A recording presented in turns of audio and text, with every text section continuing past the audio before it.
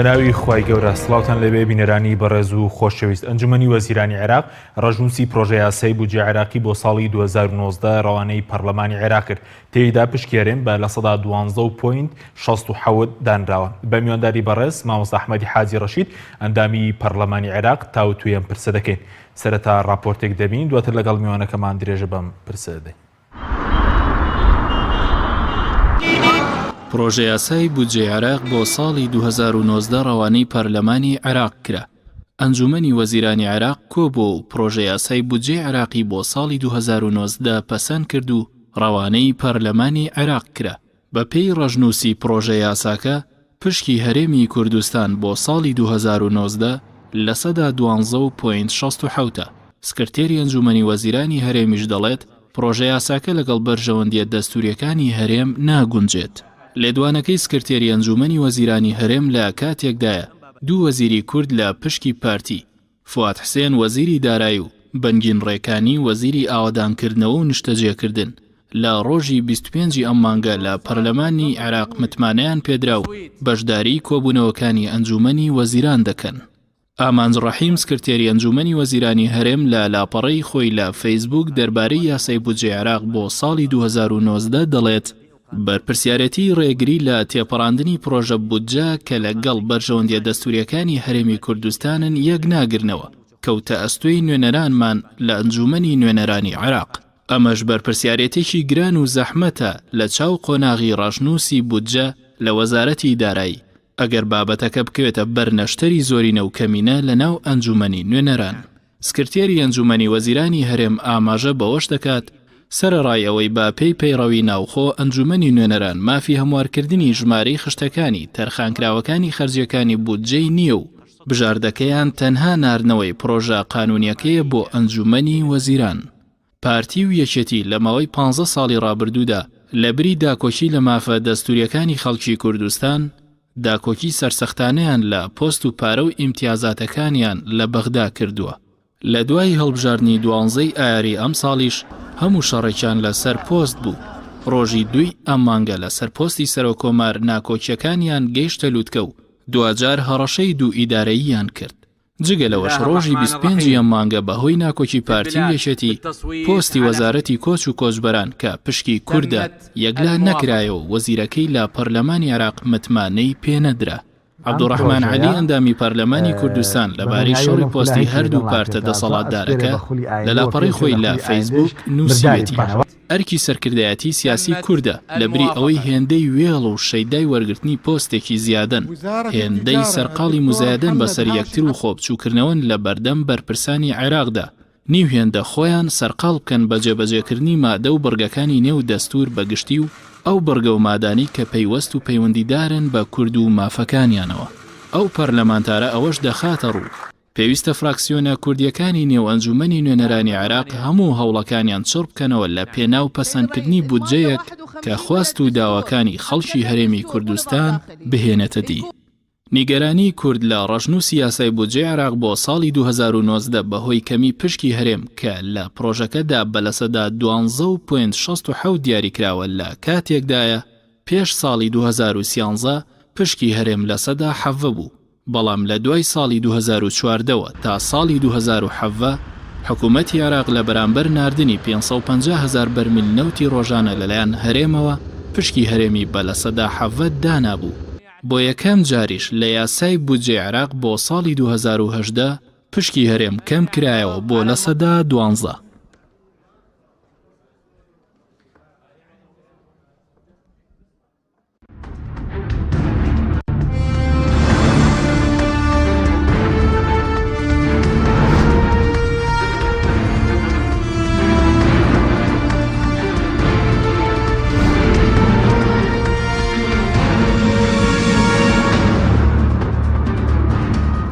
جارێکتر سڵاتان لەبێت بینێرانی بەڕێز، مامۆستا بەخێر بێن، سوپاس بۆ ئامادەبوونتان. ئەگەر سەرەتا لە ڕێوشوێنەکانی پەسەندکردنی بودجەی عێراق دەست پێ بکەین،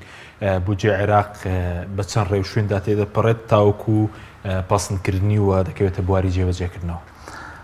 سوپاس بۆ تۆ بەناوی خۆی بەخشندەی میهرەبان، سوپاس بۆ بینەران لە هەرکوێ هەن.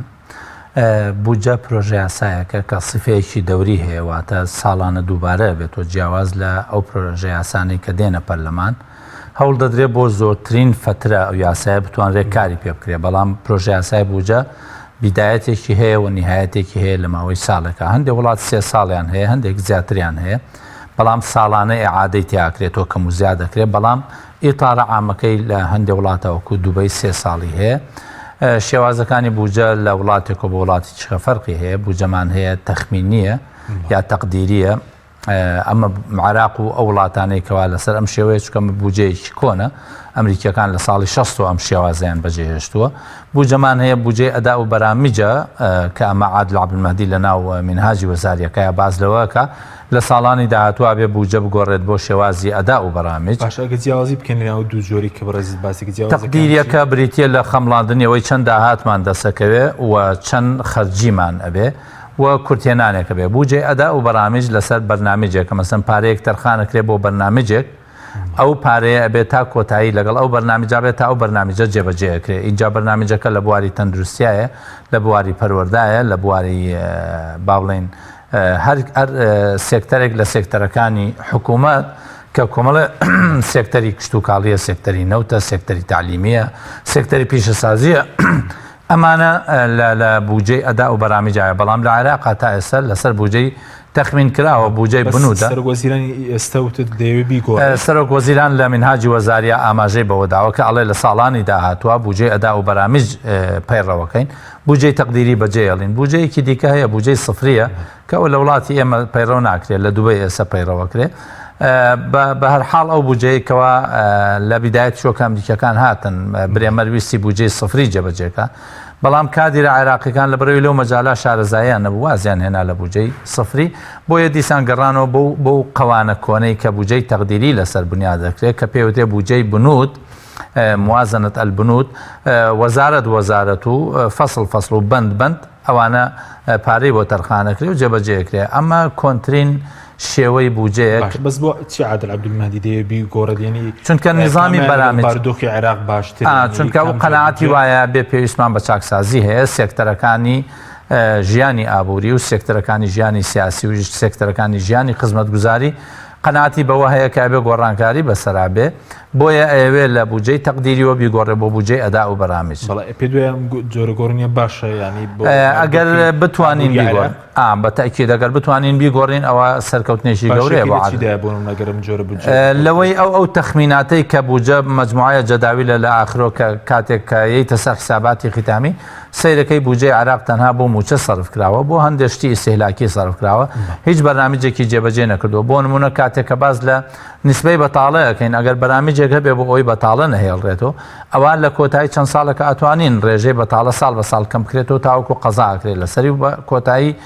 ناهێڵڕێ مەسەن نەخوێندەواری لەوانەیە کەمکردنەوەی نەخۆشی ژمارەی مناڵی با بڵێن نەخۆش ئەمانە هەمووی بەرامجن حکوومەت و بەرنامجانە دانێت و وردە پارەیان بۆ تەرخانەکە تا دوجار وڵات بەرەو سێکتەرێکی گەشەکە ڕێو شوێنەکانی بودجە لە 4 مەرحەلایە مەرحەلەی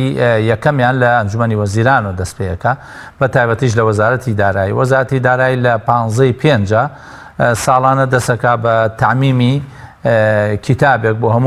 بۆ هەموو ئیدارەکانی خوار خۆی بە وەزارەت و وەحدە ئیداریەکانەوە تاوەکو تەخمینی ئەوە بکەن بزان چەندێک داهاتیان دەسەکەوێت و چەندێکیش خەرجیانە بێت دائیرەکان بەڵام لەگەڵ ئەما استراتیجێتی بودجە دانێن استراتیجێتی بودجە هەموو وەزارەتەکان کۆبنەوە ئەنجومەنی وەزیران و وەزارەتی دارایی پیانەڵێ ئەمساڵ بودجەکەمان بەم استراتیجێتە ڕوا بۆ نمونە سیلع و خەدەمات کەمەکەینەوە نەفەقاتی سیارە کەمەکەینەوە شیرائی ئەوە کەمەکەینەوە مەوجوداتی مالی زیاد دەکەین ئیستیسمار زیاد دەکەین تەرفیع و عەلاوە ئاوای لێدێ ئەمە ئەبێتە استراتیجێتێک هەموو وەزارەتێک لەسەر ئەم استراتیجێت شت بڕکاتەوە گرفتێک هەیە لە عێراقا گرفتی استراتیجێتی موازنە سیفەیەکی ئیلزامی نییە یعنی کە ئەڵێ ئەمەکەین ملزم نییە وەزارەتی دارایی دوای لەسەرمە محاسبەیان بکە و ئەم استراتیجێتە نایەتە ناو پەرلەمانەوە تاوەکو وەزارەتەکانی لەسەر محاسبە بکرێت لە قانونی دارایی مالی و دەینی عامە کە ئێستا قەرار وایە کەنەدیەکان سەرپەرشتی بکەن کە یاسایەکی زۆر پێشکەوتووە لای خۆیان ئەمانەوێ ئەوە یەکێکە لە پێشنیارەکانمان کە استراتیجیەتی موازنە ببێتە سیفەیەکی ئیلزامی بۆ حکومەت، یعنی کاتێک کە استراتیجیە دانێ ئەوە سیلع و خەدەمات کەمەکەمەوە فعلا نەڕێن متابعی ئەو سێکتەرەکەین بزانین کەمی کردوتۆ یانە چکە ساڵانە ئێمە مەسەرەن لە سەفارەتەکانە لە قونسولێتەکانە بڕیانمانداوە کە عادەتی مۆزەفین کەم بکرێتەوە، مناڵی بەرپرس و سەفیر و قونسولوانە لەسەر ئەساسی حکوومەت نەخوێنن لە وڵاتانی دەرەوە، لە وڵاتی خۆیان ناخوێن ئیشکال نییە، بەڵام ناکرێ بینێرێتە وڵاتێکی ترۆ مەبلەغێکی گەورە، هەندێکیان التیزامەکەن هەندێکیان التیزام ناکەن، بۆیە نەتوانراوە متابعەمە بکرێت. قۆناغی یەکەم کە لە مانگی 5ەوە دەست پێەکە لە ناوەڕاستی 5 لە ناوەڕاستی 7 کۆ بێتەوە لە وەزارەتی دارایی، لە ناوەڕاستی 8 ئەبێتە مەلامحی بودجە دەرەکەوێت، لە ناوەڕاستی 15 ئەمە لە مەجلیسی وزەرا مناقەشەکرێت بە حوزوری هەموو وەزیرەکان. لێرە سیفەیەک وەرەگرێ ئەبێتە مەشروعی قانونی مەجلیسی وزەرا، بۆ چونکە ئەو وەزیرەی کە تەخسیساتی بۆ دانراوە هەر وەزیرێک بێ لە وەزیرەکان ئەگەر ئەو بودجەیە بەشی بکە ئەوە بێدەنگەی لێ ئەڵەبژێرێ و ئۆکەیەکە، ئەگەر بەشی نەکات داکۆکی لەسەرەوەکە کە ئەو بودجەیە بەشی ئەو ناکات چونکە ئەوەندە نەفەقات هەیە ئەوەندە داهات هەیە بەش ناکە. دوجار کە دەنگە درێ لەسەر بودجەکە لە مەجلیسی وزەرا کە بێتە پرۆژە یاسا، ئیتر ئەوە هەموو وەزیرەکان ملزەمن لە سەروی هەمویانەوە ئەمە بێتە پرۆژەی وەزیری دارایی کە وەزیری دارایی بە واژووی خۆی ئەمە ڕەوانەی ئەنجومەنی وەزیرانەکە، لە ئەنجومەنی وەزیرانیش کە مسادقەکرێت ئەمە بێتە قەرارێکی مەجلیسی وزەرا کە قەراری مەجلیسی وزەران سیفەی ئیلزامی هەیە، یعنی وەزیرێک لەوێ نابێ ناتوانێت بڵێ من لەوێ نەبووم التیزام ناکەم بۆ بودجەیەوە، سیفەی ئیلزامی هەیە بۆ هەموو وەزیرەکان، سیفەی تەزامنی هەیە هەمویان بەرپرسن لەو بڕیارەی کە دراوە، جا کەم و کوڕیتیایە هەر بەرپرسن چاکیتیایە هەر دەستخۆشیان لێکرێ، بۆیە هیچ وەزیرێک بۆی نییە بڵێ من لەوێ نەبووم تەحمولی مەسئولیەتەکەی ناکەم. کانجومەنی وەزیران ئەینێرێ بە واژووی هەموو وەزیرەکان ئەنێرێتە پەرلەمان و چکە من نسخەی موازناتی ساڵانی پێشوم لایە هەموو وەزیرەکان واژویان کردو ئەوانەی لەوێ بن و ئەوانەیشی واژویان نەکردووە ناتوانن هیچ ئینکاریەک بکەن لەسەرەوە مەگەر یەکێکیان تەحەفوز بنووسێ. ئەگەر تەحەفوزی نووسی لەسەر پرۆژەی یاساکە لە سێکتەرێک لە سێکتەرەکانە ئەوە با بڵێن جۆرێک لە مەسئولیەتەکەی کەمە کاتوە لەو مەجالە، چونکە ئەگەر کەم و کوڕیەک لەوە ڕوویدا ئەڵێ من کاتی خۆی تەحەفوزم هەبوو لەسەر ئەو بابەتە، ئەوەی کە هاتووەتە پەرلەمان تا ئێستا نەماندیوە هیچ وەزیرێک تەحەفوزی لەسەر هەبێ بە وەزیری داراییشەوە، کەواتە ئەم پرۆژەی یاسایە مەرحەلەی قۆناغی یەکەمی تەواو کردووە لە مەجلیسی وزەرا هاتووەتە پەرلەمان، قۆناغی دووەم لە پەرلەمان دەست پێەکە کە بریتیە لەوەی پەرلەمان دیراسەیەکە یەکەم جار خوێندنەوەی یەکەمی بۆکرێن، لە خوێندنەوەی یەکەمە پەرلەمان نەتوانێت ئەم پرۆژەیە ڕەڤزکە من حيث المبدأ پێوتێ، من حيث المبدأ پەرلەمانتارێک دەواکە یا واژوو کۆکرێتەوە کە ئەم پرۆژەیە بێ بگەڕێتەوە بۆ حکوومەت لەبەرەوەی ئەم کەم و کوڕیانەی تایە، ئەگەر دەنگی هێنا ئەوە پرۆژەکان نێرێتەوە بۆ حکوومەت، حکوومەت دەبێت ئەو ملاحەزانەی پەرلەمان هەیەتی لەسەری چاکی بکە و ئینجا بینێرێتەوە، یاخود زۆر جار ئەمە دوو لیژنەیەکی مشتەرەکی بۆ دروستەکەن، ئەندامانی لیژنەی مالی، ئەندامانی لیژنەی اقتصادی، هەر ئەندامێکی تر لە لیژنەکان دیاریەکرێت لەلایەن سەرۆکی پەرلەمانەوە لیژنەیەکی مشتەرەک لەلایەن ئەنجومەنی وەزیران دروستەکرێت بۆ دیراسەی موازنەکە و ئەو کەم و کوڕیانە چەندێک توانرا چونکە ناتوانانی پلانی حکوومەت تێک بدەیت، دوجارەوە مەسئولیەتی ئەوانە و پلانی ساڵانەی ئەوانە، بۆیە اینجا بودجەکە دێتەوە پەرلەمان و خوێندنەوەی یەکەمی کەالعادە بۆکرێ، کە خوێندنەوەی یەکەمی بۆکرا اینجا ئەدرێتە لیژنەی ئەساسی. دوو جۆر لیژنە هەیە لە پەرلەمانە، لیژنەی ئەساسی بۆ هەر پرۆژەیەک هەیە، لیژنەی موسانیدە هەیە. لیژنەی ئەساسی بۆ پرۆژەی مەسائلی مالی لیژنەی مالیە، لەگەڵ لیژنەی بە هاوکاری لیژنەی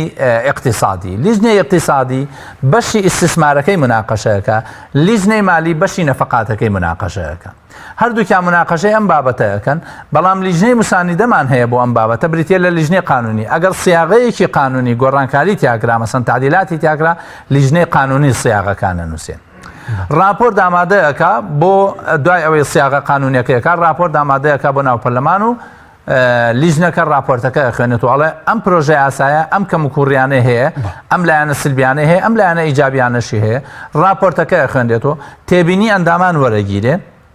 ئەم تێبینیانە چەندێک گونجاو بن لە ناو پرۆژەی یاساکە جێەکرێتەوە، اینجا کام تێبینیە وەرەگرێ، ئەو تێبینیەی کەوا باز لە مناقەلەیەکە لە بابێکەوە بۆ بابێکی تر یاخود تەخفیزی مەبلەغێک دانراوە بۆ وەزارەتێ بۆ دەستگایاڵێ ئەم مەبلەغە زۆرە لەبەر ئەوەی ساڵی پێشوو ئەوەندەیان سەرف نەکردەوەی پێشنیارەکەم کەمی بکەنەوە پەرلەمان تەنها ئەم سیفەتەی هەیە کەواتە پەرلەمان ناتوانێت گۆڕانکاری لە پرۆژەی یاسای بودجە بکە یعنی ئەوەی کە ئێستا هاتۆتە ناو پەرلەمان پشتی کورد دیاری کراوە بە هیچ شێوەیە نوێنەرانی کورد ناتوان چونکە ئەمە مەسئولیەتی وەزیرە و مەسئولیەتی ئەو وەزیرانەیە کە لەناو ئەنجومەنی وەزیرانە ڕازی بوون لەسەر ئەم پرۆژەی یاسا جا کوردن غەیری کوردن مهمەوەیە دوو کورد لەوێ بوون مەسئولیەتی تەزامونیان هەیە لەسەر ئەمە بۆیە ئەندامانی پەرلەمان بە هەر هەمویانەوە بە هەموو کوردەکانەوە ناتوانن یەک دینار زیاد بکەن بۆ هەرێمی کوردستان لە مناقەلە نەبێ مناقەلەکەش ئەبێ بە شێوەیەک بێ بۆ نمونە ئێمە مناقەلەیەکمان زیاد کرد ساڵی پار بۆ هەڵەبجە ئەم مناقەلەیە بە حزوری ڕئیسی مەجلیسی وزەرا لەوێ بوو ڕاستەخۆ تەکلیفم لە خۆی کرد ئەم جارەکانی ڕازی بوو بە حزوری وەکیلی وەزیری دارایی کە ڕازی بوون لەسەر قەزێکە ئەگەر ئەوان ڕازی نەبن حتا ناتوانین مناقەلەش بکەین چکە دوایی ئەگەر لە سیاسەی مالی حکوومەت تێک بدا لە محکەمەی اتحادی سکاڵات تۆمارەکەن و هەمیشەش ئەوانەی بنەوە چونکە بودجە پلانی ئابووری حکوومەتە بۆ ساڵی داهاتوو لەسەر خەرجیەکان و داهاتەکە زۆر باش دواتر بە تەفسیلی ئەوە دوو قۆناغیان قۆناغی سێهەمیان ئەگەڕێتەوە بۆ حکوومەت بۆ تەنفیزکردنی قۆناغی چوارەمیان ئەوەیە پەرلەمان ئەچێ بزانێ ئەمەی کە ئەم تەزدیقی کردووە ئەوە دانراوە بۆ فڵان وەزار بزانێ ئاوای کردووە ئەو بردگانە ئەم چوار قۆناغە بودجەی پێاتەیە سپاس دەکەم بەس سەبارەت بەوەی کە بەر لەوەی بینە سەر پشکێریم بە شێوەیەکیشی چەند زانێرێک لەسەر بودجەکە داهاتەکەی چەندە بە چەند خەمێنراوە مەسەلەی بەرمیلی نەوت بە چەند دانراوە لە پرۆژەی یاسای بودجەی تەوان بودجە بە سێ بەشی تەواوکاری یەکترن داهاتەکانە کە لە ئەم ساڵدا دوو جۆر داهاتمان هەیە داهاتی نەوتیمان هەیە چونکە عێراق وڵاتێکی ڕێیە و زۆرتر ئەتیماد دەکاتە سەر نەوت طبعا ئەم نسخەیە لەگەڵ نسخەی پێشوا گۆڕانکاری بەسەرهاتووە ئەو نسخەی کە هەندێک معلوماتم لەسەر بڵاو کردبووە لە ئەکاونتی خۆمە داهاتەکان بوونەتە 105 تریلیۆن دینار و 569 ملیار 93 تریلیۆن و 741 ملیاری ئەمە ئیراداتی نەوتیەواتە داهاتە نەوتیەکانە 11 تریلیۆن و 828 ملیاری ئیراداتی غیر نەوتیەواتە زەریبە و گومرگ و غەرامات و ئەو شتانەیە کە لەناو بودجە هاتووە کەواتە ئەمە داهاتمان بێگە 105 تریلیۆن و ئەوە نەبێ نەفقاتمان چەنە نەفقات حکوومەت پێویستی بە 132 تریلیۆن و 272 ملیار هەیە بۆ ئەم ساڵی داهاتوو ئەگەر 5 ملیار بێتە دەستمان خۆشمان پێویستمان بە 132 تریلیۆن بێ کەواتە لێرە کورتێنان هەیە پێویستمان بەوە هەیە هەندێک پارەی تر پیاکەین بۆ ئەوەی لە 105 تا 132 کە ئەکاتە 26 تریلیۆن و 702 ملیار ئەبێ ئەمەی بۆ پیاکەین ئەمە لە چی پیاکرێت کە پێوتێ کورتێنانی بودجە لە سێشت پیاکرێ یا پارەی نوێ چاپەکەین کە ئەمە قرسە بۆ عێراق یاخود قەرزەکەین کە هاتووە قەرزەکان یاخود لە مدەوەری ساڵی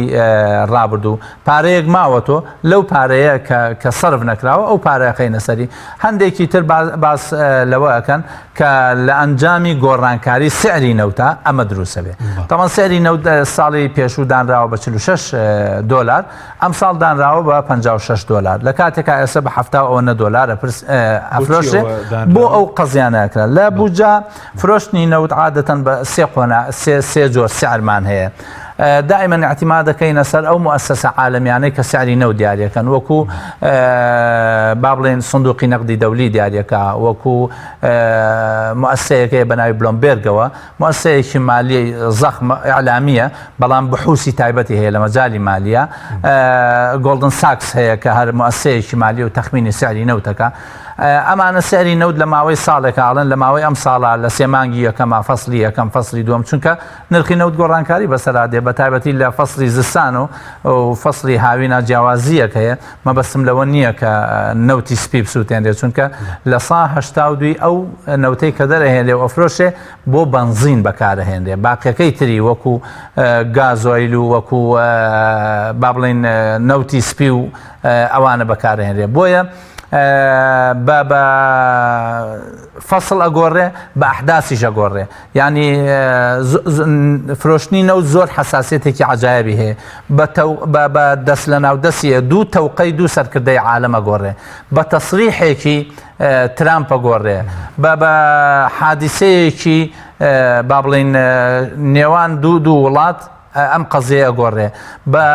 زیادکردنی ئۆپێک یان تەسریحێکی ئۆپێک ئەگۆڕێ ئەمانە هەمووی سیاری نەو دەگۆڕێ جا ئەو سیارانە لە ماوەی ساڵەکان لەو موسساتانە وەرەگری دوایەوەی کە وەریانەگری سێ جۆر سیار هەیە سیاری تەحەفوزیمان هەیە کە با بڵێن تەحەفوزمان هەیە لەو سیارە سیاری تەفاعولیمان هەیە سیاری تەشاؤمیمان هەیە سێرێکمان هەیە ڕەشبینین لەوانەیە سیاری نەو دەمساڵ زۆر دابەزێت سێرێکشمان هەیە گەشبینین سیاری نەو زۆر بەرزەبێتەوە بە پێ تەحلیلانەی کەیکەین عێراق هەمیشە پەنابا بۆ سیاری تەحەفوزی یعنی نەگەشبینە نەڕەشبینە لەو بەینا سیارێکی تەحەفوزی هەیە کە قەناعەتی وایە بە $56 ئەویش چۆنە چونکە لەوانەیە لە سەرەتای ساڵەوە بە $75 بیفرۆشێ لە ناوەڕاستە بە 60 بیفرۆشێ لە ئاخری ساڵۆ لە فەسلی چوارەمە یا فەسلی سێم و چوارەمە بە $50 بیفرۆشێ معدلی ئەمە تقریبا نەکاتە $56 عێراق لەسەرم ئەساسە ئەو بڕێی کە دایناوە 3,880,000 بەرمیل لە ڕۆژانە کە هەناردەیەکرێ عێراق خۆی 4,5 ملیۆن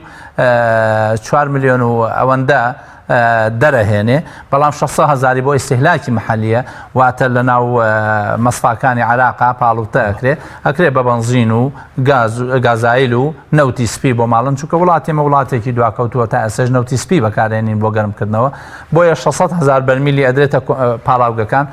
لێرە کۆمەڵێک پاڵاوگەمان هەیە کە شەریکاتی تەمویلی ذاتین ینی خۆیان قازانجی خۆیان نینەکەن تاکە شەریکاتی تەمویلی ذاتی لە عێراقە کە قازانجەکەن ئەو پاڵاوگانان بە حکمی ئەوەی بەرمیلێک نەوتیان بە 300 دیناری تەبع ئەدرێتێ بۆیە قازانجەکەن ئەگیناوەکو پاڵاوگەکانی جیهان نەوتیان پێ بفرۆشێ ئەوانی زەرەکەن چکە لە ئێستادا ئێمە 600,000 فەرمانبەرمان هەیە لەم شەریکانە کە بە شێوەیەک لە شێوەکان حکوومەت دامیانەکە على ئاساسی شەمانە شەریکەن و حکوومەت تەشکیلی کردوون و ئەبوایە قازانجیان بکردایە لە 175 زەرەکەن زۆر باش ئەگەر بین سەر پشکی هەرێم بۆچی پشکی هەرێم بەوەندە دانراوە ینی لەسەر بنەمای دانیشتوانە ئەگە سەرژمێری نەکراوە چۆن لە خۆی پشکە دانراوە نەخێر پشکی هەرێم لەسەر ئاساسێک دانرێ پشکی هەرێم لە سەر موازنەی ئەو نەفەقاتە گشتیە کە دانرێ لە بیدایەتە کاڵین 128 تریلیۆن ئەوە نسخەی پێشوو گۆڕانکاری بەسەراتوە بەڵێ لە 128 تریلیۆن کاتی خۆی نسخە غیر ڕسمیەکە کە بۆ من هاتبوو لە ئەکاونتی خۆم باسم کردبوو کە پشتی کورد 8 تریلیۆن و 700 ملیارە لە ئێستادا خەرجەکان بوونەتە 132 تریلیۆن کەواتە پشتی کوردیش ئۆتۆماتیکی زیادی کردو ئێستا بووەتە 9 تریلیۆن و 301 ملیار ئەمە چۆن دێت لە 132 تریلیۆنەکە دێن بودجەی سیادی لێجیاکەن و بودجەی سیادی لە نوسخە کۆنەکە 46 تریلیۆنە لە نوسخە تازەکە 47 تریلیۆن و 700 ملیارە ئەمەی کە لێجیاکەنەوە ئێمە لەما بەشدار نین مەسەن وەزارەتی دیفاع 8 تریلیۆن و کەسێکی بۆ دانراوە هەشتی شعبی 2 تریلیۆن و 26 ملیاری بۆ دانراوە یعنی هیچ وەزیرێک نەڵێ من بەرپرس نیم لە دانانی پارەی هەشتی شعبیە وەزیر کورد بێ یا غیر کورد بێ و دەسەڵاتم نەبوو لە ئەوەی پارە بۆ پێشمەرگەدانرا لانی کەم اعتراضێک بنووسن لەو بابەتە بۆ ئەوەی خەڵکی کوردستان بزان کە ئەو بابەتە چونکە پەرلەمانتار بە فراکسیۆنەکەی منیش و بە فراکسیۆنەکەی هەموو هێزە سیاسیەکان و ناتوانین اعتراض بکەین لەسەر ئەوەی ئەو پارانە بۆ وادانراوە و ناتوانین دینارێک زیاد بکەین بۆ پێشمەرگە و بۆ هەرێمی کوردستان ئللا ئەبێ حکوومەت ڕازی بێ ئەبێ حکوومەت ڕازی بێ ئەم 47 تریلیۆنەی لێ دەرەکەن مەسەن 15 تریلیۆنی فائیدە و قستە 3 تریلیۆن عێراق ئەمساڵ ئەبێ باتۆ بە فائیدە یعنی ئەو قەرزانەی کە کردوویەتی سویان هەیە 3 تریلیۆن ئەبێ قەرز بداتەوە بە وڵاتانەی کە قەرزی لێ کردوون 11 تریلیۆن و 188 ملیار ئەبێ قست بداتەوە ئەو قەرزانەی کە وەریگرتووە بە قستە بێ بیانداتەوە بە کۆی گشتی تقریبا نەکاتە نزیکەی 15 تریلیۆن و کەسێک ئەم 15 تریلیۆنە بەقەدەر بودجەی سووریا و لوبنان و ئوردونە بێ ئەمە چیمان پێڵێ ئەمە پێمانەڵێ سیاسەی اقتصادی لە عێراقا سیاسەتێکی فاشیل بووە دوو دیوی هەیە یەکەم سیاسەتەکە فاشیلە دوو ئەمانەی کە لەوە پێش حکمیان کردووە کە من لە مەقالێکان نووسیومە عەبادی و مالکی عێراقیان قسۆتە ڕەهنەوە مەبەستم لەوەیە کە ئەمانە لەبەر ئەوەی کورسیەکانی خۆیان پارێزراو بێ لەبری ئەوەی بێن سیاسەی تەقەشوف پەیڕەو بکەن چون قەرزێکی زۆریان کردووە لە وڵاتانەی کە بە فائیدەیە قەرزەکانی سەر عێراق چەندە ئێستا قەرزەکانی عێراق گەیشتۆتە 124 میلیارد دلار لە کاتێکە خودی دکتۆر عادل عەبدولمەهدی لە ساڵی 2004 ڕئیسی شاندی عێراقی بووە بۆ دەوڵەتانی نادی پاریس کە بڕی 38 میلیارد و 900 میلیۆنیان لای عێراق بووە توانیوێتی قەنەعات بکات بەم دەوڵەتانە بە هاوکاری وڵاتە یەکگرتووەکان ئەم 38 میلیارد و 900 میلیۆنیان بۆ کردووە بە 7 میلیارد و 800 میلیۆن نزیکەی 34 میلیارد دلار لە قەرزەکانی عێراق خۆش بوون لە کاتێکە ئەو کاتە قەرزەکانی عێراق خەمڵێنراوە بە 120 میلیارد لەگەڵ 200 میلیۆن دلارە ئێستا لە دوای ئەو هەموو ساڵە و کە قەرزیان لێ خۆش بوون عێراق وەکو کەسێکی لێ هاتووە بڕێک قەرزی زۆری لەسەر بێ کەسێک بڕواش بۆی بپارڕێتەوە بۆی قەرزەکانی کەم کاتەوە فعلەن قەرزەکان لێ خۆش بوون دوایی هەر ئەم کەسە لە ئەنجامی فەشەلی سیاسەتی ئابووری خۆی دیسان قەرزار بێتەوە عێراق ئاوای لێ هاتووە ئێستا قەرزەکانی دیسان گەیشتونەتە 124 میلیارد زۆر باش ئایا عادل عەبدولمەهدی ئەتوانێت دووبارە لەگەڵ نادی پاریسا قسە بکاو بۆی دووبارە لە قەرزەکانی خۆش بنەوە پێ دوای دەتوانێت قرسە باوێنیستە پشکی هەرێمیان ئێستا لەو ڕۆژێک کە دانراوە لە سەدا 12 ماوە تۆ یاخود زیادی کردووە کەمی کردووە دوای ئەو ڕێژەیە تەبان کێشەی زۆری لەسەر بوو لە ساڵی 2017 ئێمە هۆڵی کۆبنەوەمان بەجێهێژ وە دەنگمان نەدا لەسەر پرۆژەیاسای بودجە لە ساڵ 2018 چونکە ڕێژەکەیان کرد بە 12.67 وتمان ئەوە ناحەقیە مەرجیشمان لەسەرەوە بوو کە ئەبێ ئەم ڕێژەیە لابن و فعلەن لایەن بر بەڵام ئێمە هەر نەچوونە هۆڵی پەرلەمان لەبەرەوەی پشکی پێشمەرگە دانرابوو ئەو پشکەی کە دانرابوو بە فەرمانبەران زۆر کەم بوو لە چاو ئەوانە بوو چونکە من با بڵێن کۆمەڵێک فاکتەرم ئامادە کردووە بۆ دانوستان لەسەر بودجەکە بە مەرجێ هاوکارم هەبێ هاوکارەکەی منیش تەنها بریتیە نییە لە فراکسیۆنە کوردیەکان بریتیە لە ستافی حکوومەت کە کوردن چونکە لەم حاڵەتی بودجە حساسیەتی حیزبی ئەبێ وەلاوە بنین ئیش بۆ خەڵکی کوردستان بکەین بەبێ ئەوەی کە بپرسین بەرامبەرەکەمان کێ من ئامادەی ئەوەم دەربڕێەوە لەگەڵ هەموو فراکسیۆنەکان بە جیاوازی بیر بۆ چونوان ئەو خلافاتانەی کە هەمانە وەلایەنین لەبەر خاتری ئەوەی بتوانین بە هەماهەنگی وەزیرە کوردەکان و بە هەماهەنگی هەرێمی کوردستان لەگەڵ جەنابی سەرۆک کۆمان بە هەمومانەوە هەوڵ بدەین ئەم بابەتە نەیەڵین بەسەر کووردا تێپەڕێ و پشتێکی باش بۆ کورد دابین بکەین چونکە یەکێک لە فلتەرەکان سەرۆک کۆمارە کە ئەتوانێت ڕۆڵی کاریگەری هەبێ بە حکمی ئەوەی علاقاتێکی زۆر فراوانی هەیە لەگەڵ هێزە سیاسی عێراقیەکانە لەگەڵ خودی دکتۆر عادل عەبدولمەهدی علاقەیەکی زۆر باشی هەیە ئەبێ ئیستیسماری ئەم علاقاتە بکەین لە ڕێگەی سەرۆک کۆمارەوە ئەبێ ئیستیسماری و علاقاتە بکەین لە ڕێگەی ئەو دوو وەزیرە کوردی کە تا ئێستا هەن و هێزە سیاسیەکان ئیستیسماری ئەوە بکەین کە ئەبێ دەنگمان بکەینە یەک بۆ ئەم بابەتە خۆ ئەگەر ئەمانە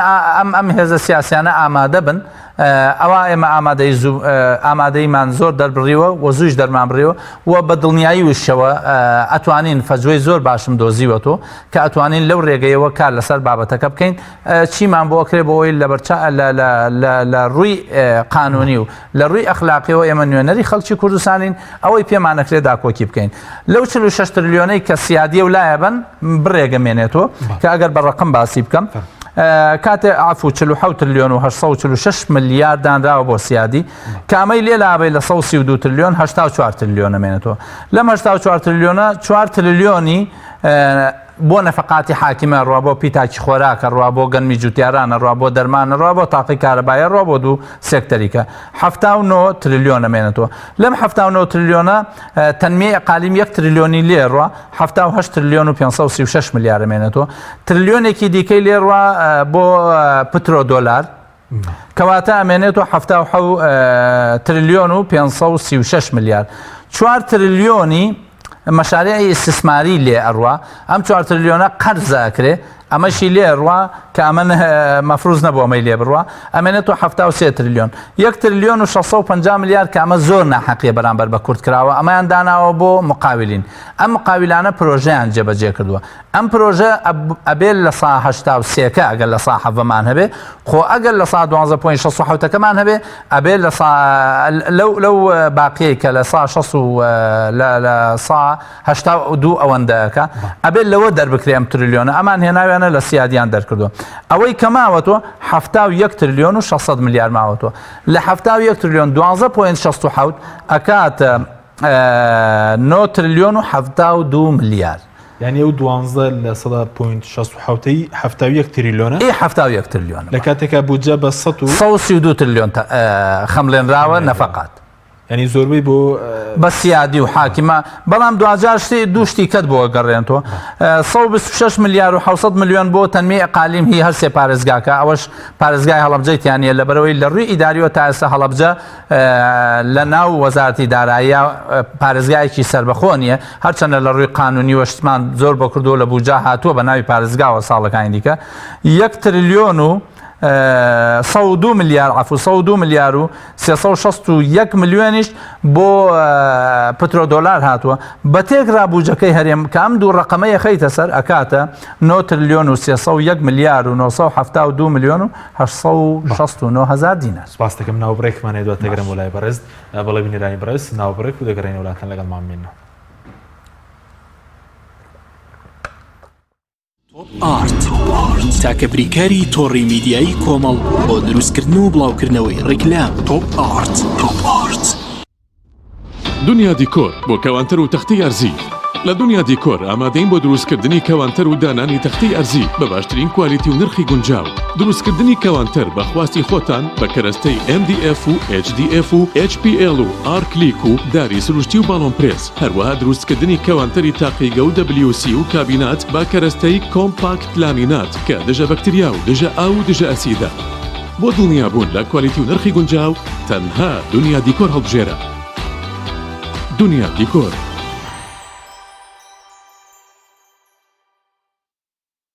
فانسینێت خێراترین هێڵی ئینتەرنێت بە داوەلۆندی بێسنوور ئێستا لە خزمەت کڕیاراندایە. فانسینێت جۆرەها کارتی پڕکردنەوەی بۆ ئامادە کردوون کە سەرجەمیان داوەلۆندیان بێسنوورە بۆ ماڵ و شوێنە گشتیەکان کارتی 9000 دیناری بۆ ماوەی 1 هەفتە کارتی 7000 دیناری بۆ ماوەی 15 ڕۆژ کارتی 30000 دیناری بۆ ماوەی مانگێک کارتی 40000 دیناری بۆ ماوەی مانگێک و بە خێرایی زیاتر کە تایبەتە بە یاری ئۆنلاین. هێڵی فانسینێت لە ڕێگەی ئامێرێکی تایبەت کە لە سەرباندا دەنرێت وەردەگیرێت و لە ڕێگەی گێنەرێک بۆ ئامێری بڵاوکردنەوە لە ناو ماڵەکەت یان شوێنی کارەکەت کاری پێدەکرێت. ژمارەی تەلەفۆن 01970 224 75 74 یان 01950 194 36 37. فانسینێت. تۆپ ئارت تاکە بریکاری تۆڕی میدیایی کۆمەڵ بۆ دروستکردن و بڵاوکردنەوەی ڕیکلام تۆپ ئارت.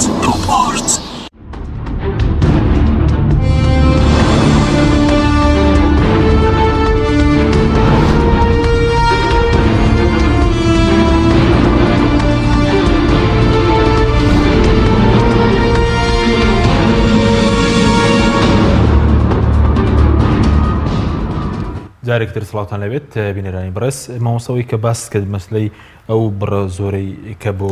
بودجەی سیادی دەڕوانی نزیکەی 60 تریلیۆن هیچی بۆ هەرێم تێدایە؟ بودجە سیادێکە کە باسمان کرد 47 تریلیۆن ئەوەندەیە ئەمە دانراوە بۆ ئەو شوێنانەی کە سیادین بنمونە وەزارەتی خارجی سیادیە وەزارەتی دیفاع سیادیە وەزارەتی مالیە سیادیە مەجلیسی وزەرا سیادیە پەرلەمان سیادیە ڕیاسەی جمهور سیادیە ئەمانە هەموو سیادین. بۆ نمونە ئێمە لە کوێ زەرمان کردووە لە ڕیاسەی جمهوریە ئەوە سەرۆکەکە کوردە و خەڵکی کورد لەوێ تاین بوون و هیچ ئیشکالێکمان نییە بە هەمان شێوە خەڵکی سونەشی تایە و شیعەشی تایە بەڵام لە وەزارەتی دیفاع ئێمە لەوێ مەغبوونین واتە لەوێ زەرمان کردووە کە 8 تریلیۆن و ئەوەندەی بۆ دانراوە ئێمە ڕێژەی کورد لەناو وەزارەتی دیفاع لە 102 کەمترە لە 102 کەمترە ڕێژەی پێشمەرگە کە لە وەزارەتی دیفاع دانراوە هی قواتی بەڕیە لە ساڵی 2015 بیرم دێ ئەو 6 مانگەی کە پارە نێراوە بۆ پێشمەرگە 37 میلیارد دینار نێراوە بە تێگڕای ساڵەکە 444 میلیارد دینارەکە کە تەنها یەکێک لەو ئەجیزە ئەمنیانەی کە هەیە لە عێراقا زیاد لەمەی بۆ دانراوە. بۆ نمونە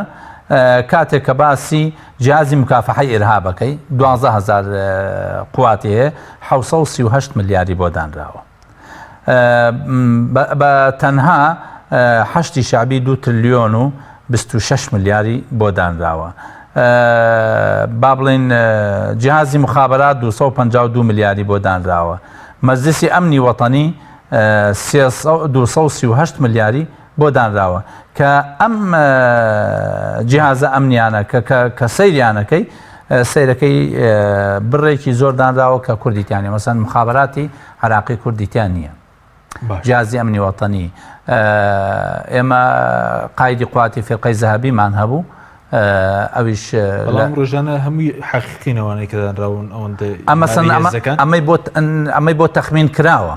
اینجا چەندێکی بۆ سەرفەکری ئەوە بابەتی ئەوەی دوای لە حساباتی ختامی وەکو پێشمەرگە وتت کە پێشمەرگە کەمترین بڕی بۆ حسێبکرا ژمارەیان چەندە تا ئێستا لەسەر ژمارە ڕێک نەکەوتون ئەوان ئەوەی کە حسێبیەکەن بۆ پێشمەرگە ژمارەی 40 تا 45 هزار بۆ پێشمەرگە حسێبەکەن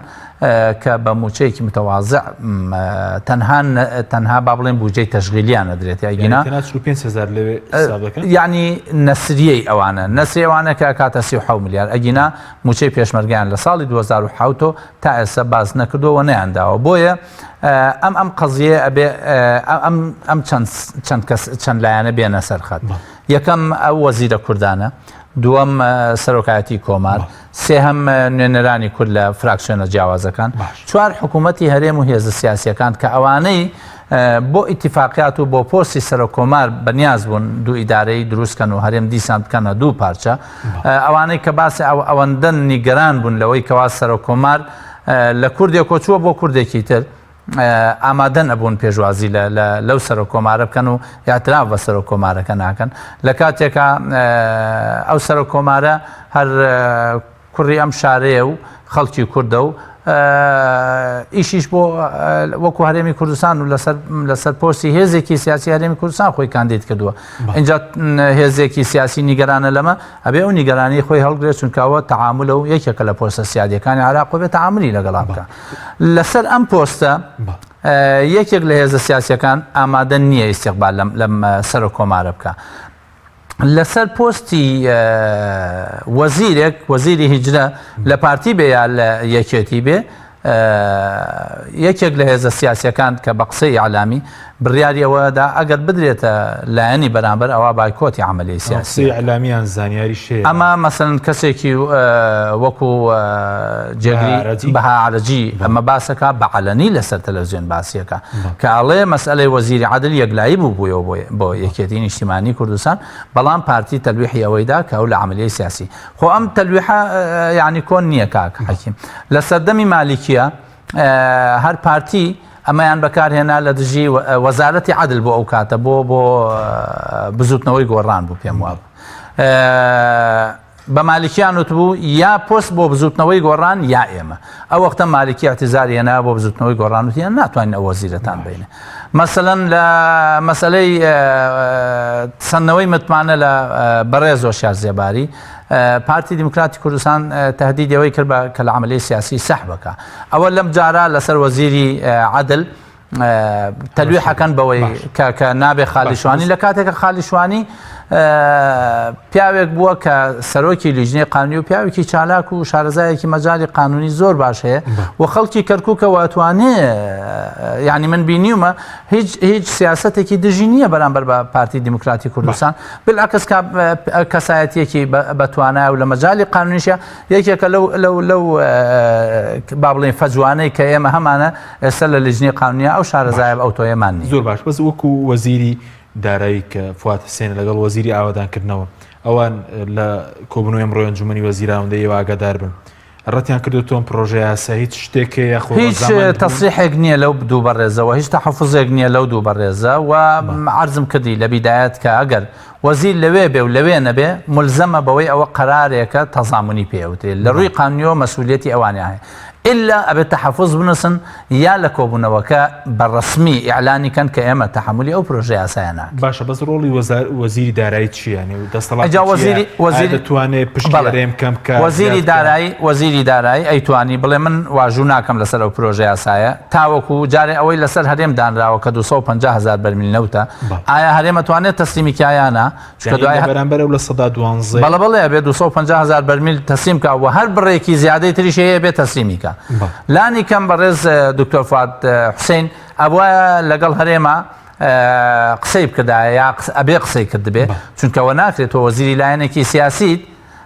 ئەگەر خۆشی بە هەموو لایەنە کوردەکان پابند ناکا و پرس بە لایەنە کوردیەکان ناکا بە تێگڕایان ئەبوایە پرسی بەلایەنەکەی خۆی بکردایە کە ئەوە هەرێم ئیلزام کراوە بەو بڕەوە و هەر نەوتێکی تر هەناردە بکە ئەبێ پارەکەی بێنێتەوە خەزێنەی دەوڵەت بۆیە ئەم بابەتە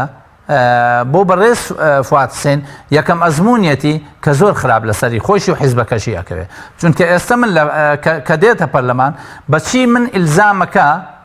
کە دەنگ نەدەم بۆم پرۆژە یاسایە ئەو دەنگی پێدا و نردوێتی بۆ من ئەنجا من بە چی ئەتوانم ڕێگە لەمە بگرم بۆیە بەڕێز وەزیری دارایی ئەیتوانی ئەم قەزیەیە تەرەویست پێ بکە تاوەکو لەگەڵ هێزە کوردیەکان یاخود لەگەڵ هێزەکەی خۆی تاوتەی ئەم بابەتە بکە بزانێ ئەم بابەتە لە بەرژەوەندی خەڵکی کوردستانە یاخود نەخێر ئەم جارەکانە بچێت تاو دەخێ بۆ نمونە وەزیری دارایی لەگەڵ پەرلەمانتارانی کورد لە بەغدا حکوومەت هەرێم لەگەڵەوەکەی و پێشتر بریادەری لیژنەی دارایی بوون ئەم جارە لیژنەکە تەشکیل نەکراوەوە ینی هیچ پەیوەندی و هەمانگیەکێ تا ئێستا هیچ پەیوەندیەک نەکراوە و ئێمە ئامادەی خۆمانمان دەربڕیوە ئەتوانین خزمەت باشە بەس بەڕێز دەتوانین بۆ نمونە بژاردەی باشە بەسێنی بژاردەی باش کە مەسەلەن ئێستا دەتوانرێت پشکی کوردی پێ گۆڕانکاری بکرێت لە کاتێکا بەڕێز دەڵی لە پەرلەمان ئێوە ناتوان دینارێک بەس زیاد بکەن ئەو قەزەیە ئەتوانین لەگەڵ سەرۆکی حکوومەت دانیشین کۆمەڵێک وەسایقی حاشا هەڵنەگرە خەمە بەردەم سەرۆکی حکوومەتی ئیتیحادی کە ئەو ڕێژەی دایان ناوە ئەوە ڕێژەیەکی منطقی نییە بۆ ئێمە لە ناو بودجەکە هەندێک ئەرقام و داتا و بەیاناتی تایە ئەگەر بێڵن هەندێک حسابات هەیە سەرۆکی حکوومەت بۆ مام بکە ئێمە ڕازیەبین و ئەو پشکە زۆر زیاترەکانەوە کە ساڵی پێشوش مناقەشەم کرد لەگەڵ عەبادیە مەسئلەی پێشمەرگەش ئەتوانین ئەو قەزیەیە بە مقارنتەن بە حەشتی شابی کە ڕێژەیان چەنە کۆمەڵێک مەدخەلی چاک و تۆکمەم لایە کە ئەگەر وەفدی دانوستانکاری کوردی پێویستیان بەوە هەبێ ئەوە کۆمەڵی ئیسلامی هەرگیسە و نوێنەرەکەی کۆمەڵی ئیسلامی کە لە ئێستادا هەمیشە باسمان لەوە کردووە ئێمە خۆمان تەنها بە نوێنەری کۆمەڵی ئیسلامی نازانین نوێنەری هەموو خەڵکی کوردستان هەموو ئامادەم بە هەموو شێوەیەک دیفاع لەو سەرتاواگەی لە مەسەلەی بودجێ عێراق بێ هەرێمی کوردستان بەرپرسانی ئەم دوو حیزبە دەسەڵاتدارە ئەوەندەی لە بەغابوون لە ماوەی لە دوای 12/5ەوە بە بەردەوامی وەفدی مەکتەب سیاسی و دوو حیزبە لە بەغدان هەمووی بۆ ئەوەی چ پۆستێک ئەوان بەدەستی ئەهێنن و بەشی دووەمی نەیەڵن پۆست بەرامبەرەکان بکەوێت یعنی پارتی کە ئەچێ بۆ ئەوێ بەو شێوەیە مەسەن با هەر باسی پارتی نەکەم مەکتەب سیاسیەکانی یەکێتیش بە وەفد هەمیشە لەوێ بوون مەسەن بۆ محافزی کەرکووک لەوێ بوون بۆ وەرگرتنی پشکی ئەم وەزارەتانە لەوێ بوون بە بەردەوام بۆ بەدەستێنانی سەرۆک کۆمار بۆ ماوەی ئەو فترەیە کاڵبژاردن کراوە بۆ سەرۆک کۆمار مەکتەب سیاسی بە درێژایی ئەو فترەیە وەفدی زۆر قەرەباڵخیان لەوێ بووە بە ئەم دوو هێزە سیاسیە ئەوەندە بەزەیان بێتەوە بەم میلەتەشە یەک جار بێن بۆ قوتی خەڵک یەک جار بێن لەسەر قوتی خەڵک لەسەر موچەی پێشمەرگە لەسەر موچەی فەرمانبەران لەسەر تەنمیەی ئەقالیم لەسەر پترۆ دۆلار لەسەر ئەو بابەتانەی کە هەیە لە ناو پرۆژە یاساکە کە کەموکوڕیتیایە با بێن یەک جار ئێمە ئامادەین بەشداری ئەو وەفدانە بکەین لە کاتێکە ئێمە وتومانە لە هیچ وەفدێکی سیاسی پارتی و یەکێتیە بەشداری ناکەین بەڵام لە وەفدی موازنە بەشداری ئەەکەین و شتی زۆر باشیشمان پێ ئەگەر گوێمان لێ بگیرین بەڵێ زۆر باشە بەس ڕەنگی قسە سەرەوە بکرێت ئێوە خۆماندووگرتان ڕەنگە بەلاش بێ خۆ ساڵانی ڕابردوش ئێوە لە 2000 و بودجەی 2017 لە 117تان چەسپاند بوو بەڵام حکوومەت هەرێم جێبەجێی نەکرد من لەسەر ماندام پەرلەمانێکم خەڵک متمانەی پێکردوم هەوڵی خۆم بخەمەگەڕ ینی ئەوەی کە پێمەکرێ ئاعتراز بکەم لە ساڵ لە 2015 من بۆ ماوەی 4 ساڵ بەشداریم کردووە لە پرۆژە یاسای بووجە ئەوەی توانیومە ئەوەی لە تاقەی فراکسیۆنێکی سێکەسیە هەبوو بێ بە زیادەوە بە تەحەداوەڵێن بەقە فراکسیۆنێکی دەکەسی زیاتر ئیشمان کردووە لەو بارە بە حکمی ئەوەی پۆستێکمە بۆ بڕیاردەری لیژنەی مالیم بە حکمی ئەوەی اختصاصم لە مەجالەکە لەوانەیە لە خوشک و برابەڕێزەکانم زیاتر هەبێ لەو مەجالات چونکە من لە 2006 دیراسی موازناتی عراقیەکەم بە وردی لە 2007 شۆ دیراسی موازناتی هەرێم کردووە هەتاوەکو 2014 کە موازنەیان نییە لە دوای ئەوەوە خاڵی زۆر جەوهریم لایە و ئەتوانم مناقەشەی ئەو بابەتانە بکەم کە حکوومەت پابند نەبوو یاخود بڵێن یاساکە من ملزەمم لەنێوان هەردوو لایە من ملزەمەکەی چی بۆ یان ئەوەیە کە لەنەوت پارەی زیاتر نزدەکەی بەرپرسانی هەرێم بە دڵنیاییەوە چونکە ئەمان هەمیشاڵن ئێمە لێرە زیاترمان دەسەکەوێت زیاترەکە چییە؟ زیاترەکە ئەوەی کە لە بەغداوە دێ دیارە ئەوەی لە هەرێم دەستیانەکەوێ نادیارە ئەتوانن بە کەیفی خۆیان بیشانەوە تا ئێسش شەریکەی تەدقیقی مالیان کە هێنا دیلۆیت تەنها یەک راپۆرتی بڵاو کردو دوای ئەوەی تر هیچی تری بڵاو نەکردو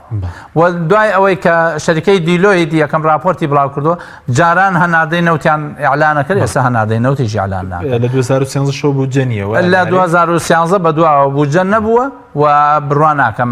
لە کابینەی تازە فریان ناکەون چونکە کابینەکە پێچێتە ئەخیر بێ ئەویش لەوانەیە لە مانگی 6 تا مانگی 6 بودجە کۆتایی دێ باشە بەس دۆسیەکی ترە بوو مەسەلەی نەوتێرێم بکە بەڕێز ژووتت لە یاسای پرۆژەیاسای بودجەی هەرێمی کوردستان پابند کراوە کە 250,000 بنێری لەگەڵ کەرکووک 600,000 نا کەرکووک ئایدی ئەمان نییە ئێستا تەنها هەناردنەکە تەنها 250,000 نەوتی هەرێم ڕادەسی کۆمپانیای سۆمۆ بکرێ حەسرن ئەگەر لەم بڕە زیاتریان دەرهێنا ئەوە ئەبێ دیسان بیخەنە خەزێنەی دەوڵەتی ئیتیحادی باشە بەس لەسەر مەسەلەی دۆسی نەوت کە ئێستا لە دەدگای فیدراالیە یانزەی مانگ قەرار وایە پەرلەمان محکەمەی ئیتیحادی بڕیار بدا لەبارەی دۆسیی نەوتەوە ئەگەر بڕیاری بە سلبیدا لەسەر دۆسیی نەوت ئەوە حکوومەتی هەرێم هیچ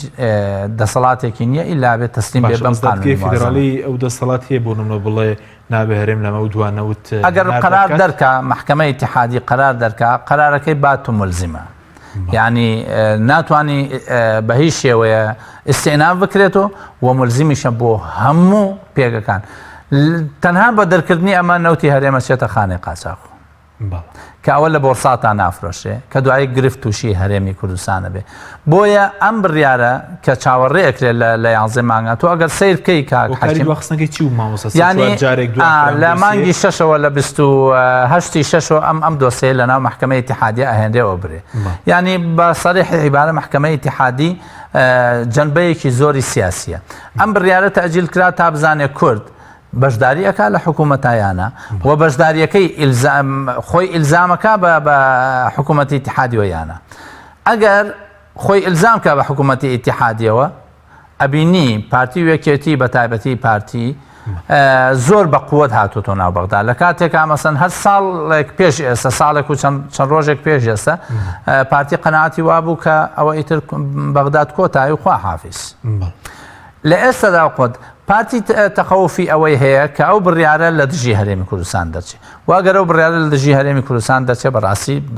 بڕیارێکە هەرێمی کوردستان تووشی سەرێشەیەکی زۆر گەورە کام ئەگەری زیاترە بۆنەوە بەلایەوەی من اختصاصم قانون نییە من اختصاصم قانون نییە لەسەر شتێکیش قسە ناکەم کە اختصاصم نەبێ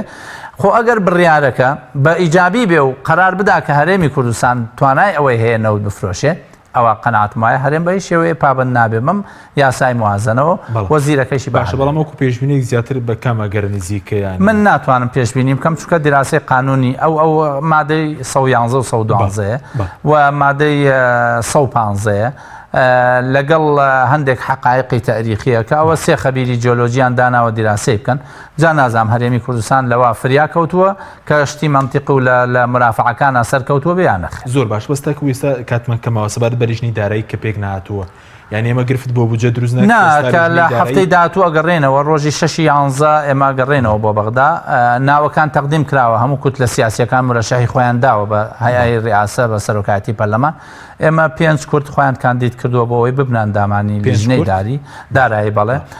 لەو 5 کوردە نوێنەری کۆمەڵی ئیسلامی تایە پارتی دیموکراتی کوردستانی تایە یەکێتی نیشتیمانی تایە بزوتنەوەی گۆڕانی تایە لەگەڵ یەکگرتو ئێمە لە بیدایەتەوە حیسەی سێ کەسیان بۆ دانابووین خوازیارین کە بتوانین هەر پێنجەکەمان بەشدار بین لەوێ بەڵام ئێستا جاران لیژنەی دارایی لیژنەکان لەسەر ئەساسی حەوت بۆ حەڤە بوو یعنی نابێت لە حەوت کەمتر بێ و نابێت لە حەڤە زیاتر بێ لە ئێستادا لە پەیڕۆ گۆڕانکاری بەسەرا هاتووە کە ئەکرێ نۆزدە بن خوازیارین بتوانین لەو نۆزدەیە 5 کوردەکە بەڵام ئەگەر